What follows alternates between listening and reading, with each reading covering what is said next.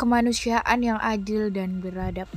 Sila kedua Pancasila mempunyai bunyi kemanusiaan yang adil dan beradab, di mana memiliki arti bahwa bangsa Indonesia sebagai makhluk ciptaan Tuhan Yang Maha Esa harus saling menjunjung tinggi harkat dan martabat seseorang tanpa membeda-bedakan suku, budaya, ras, dan agamanya.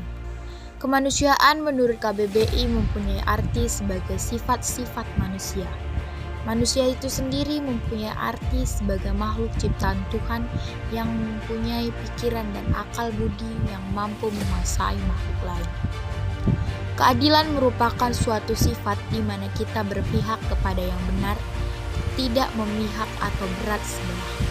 Sedangkan keadapan berasal dari kata adab yang mempunyai arti budaya. Jadi, keadapan dapat diartikan sebagai suatu sikap atau tindakan yang dilandasi oleh nilai-nilai budaya, terutama norma-norma sosial dan kesesuaian dalam masyarakat. Contoh kasus yang melanggar sila kedua Pancasila terkait pembahasan kemanusiaan yang adil dan beradab. Kasus pembakaran satu keluarga ini terjadi pekan lalu, Senin 6 Agustus 2018. Pembakaran terjadi di Jalan Tinumbu, Kelurahan Panambu, Kecamatan Talo, Kota Makassar, Sulawesi Selatan. 5 unit rumah warga ludes terbakar dan menelan 6 korban jiwa yang diketahui adalah satu keluarga. Satu keluarga yang menjadi korban ini adalah Haji Sanusi, Haja Bondeng, Haja Musdalifah, Namira, Hijaz, serta Ahmad Farid alias Desta. Sebelum terjadi pembakaran, pemirsa, keluarga korban sudah mengalami serangkaian teror. Saat itu aparat langsung mencurigai kasus ini terkait kasus narkoba.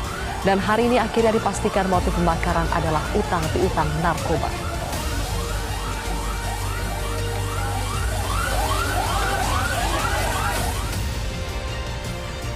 Peristiwa itu terjadi pada Senin 6 Agustus 2018 dini hari, sekitar pukul 3 WITA. Kasus ini bermula saat salah seorang anggota keluarganya, Ahmad Fahri, memiliki utang senilai 9 juta terhadap bandar narkoba. Berdasarkan keterangan, Sabtu 4 Agustus 2018, Fahri dikeroyok sekelompok pemuda saat tengah berada di Jalan Barukang, Makassar. Saat itu terdapat sekelompok pemuda yang tiba-tiba mengadang dan menghajarnya. Sekelompok pemuda tersebut terdiri dari Rizwan, Wandi, Olong, dan Haidir. Pengeroyokan itu dipicu oleh perintah dari kakak Rizwan, Iwan Lili, yang mendekam di penjara. Iwan meminta Rizwan untuk menagih utang ke Fahri senilai 1 juta. Usai dipukuli, Fahri berjanji akan segera melunasi utang-utangnya. Kemudian ia menyebutkan agar para pemuda tersebut datang ke rumah kakeknya, Haji Sanusi. Namun saat tiba di lokasi, Fahri melarikan diri dan masuk ke rumah kakeknya itu. Dia juga mengunci pagar pintu serta rumah. Saat Rizwan dan kawan-kawannya berdiri di depan rumah kakek Fahri, datang lagi seorang pemuda yang mengaku berasal dari utusan Daeng Ampu. Dia rupanya juga ingin menagih utang ke Fahri terkait narkoba. Utang Fahri kepada Daeng Ampu. Dia rupanya juga ingin menagih utang ke Fahri terkait narkoba. Utang Fahri kepada Daeng Ampu berjumlah 9 juta. Namun Fahri enggan untuk keluar rumah. Kala itu, ayah Fahri, Amiruddin, yang menemui dua kelompok tersebut. Amiruddin berjanji akan melunasi utang anaknya. Daeng Ampu memerintahkan Andi Muhammad Ilham untuk membunuh Fahri. Perintah tersebut diberikan oleh Daeng melalui sambungan telepon. Perintah itu diberikan karena Daeng mendapat informasi bahwa Fahri akan kabur ke Kendari, Sulawesi Tenggara. Andi Muhammad Ilham bersama rekannya yang bernama Rama membakar rumah kakek Fahri yang bernama Sanusi. Pembakaran tersebut dilakukan sekitar pukul 3 WITA.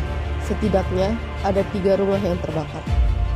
Atas kejadian tersebut, 6 orang tewas terbakar di dalam rumah, yakni Sanusi 70 tahun, nenek Fahri yang bernama Bodeng 65 tahun, anak dari Sanusi dan Bodeng yakni Musdalifah 30 tahun dan Namirah 21 tahun, dan cucu Sanusi dari Bodeng yang bernama Hijaz 2 tahun.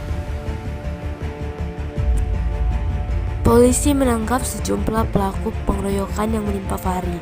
Yang pertama Wandi, yang kedua Rizwan, dan yang ketiga Haidir. Polisi juga menangkap pelaku pembakaran rumah yang menewaskan keluarga Fahri.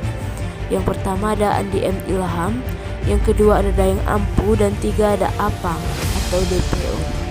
Kasus ini dianggap sebagai pelanggaran sila kedua Pancasila karena nilai kemanusiaan seseorang tidak dihargai, di mana seseorang individu diperlakukan tidak adil karena individu lain dan individu tersebut bersikap sewenang-wenang, juga tidak adanya perilaku saling mengasihi antar sesama.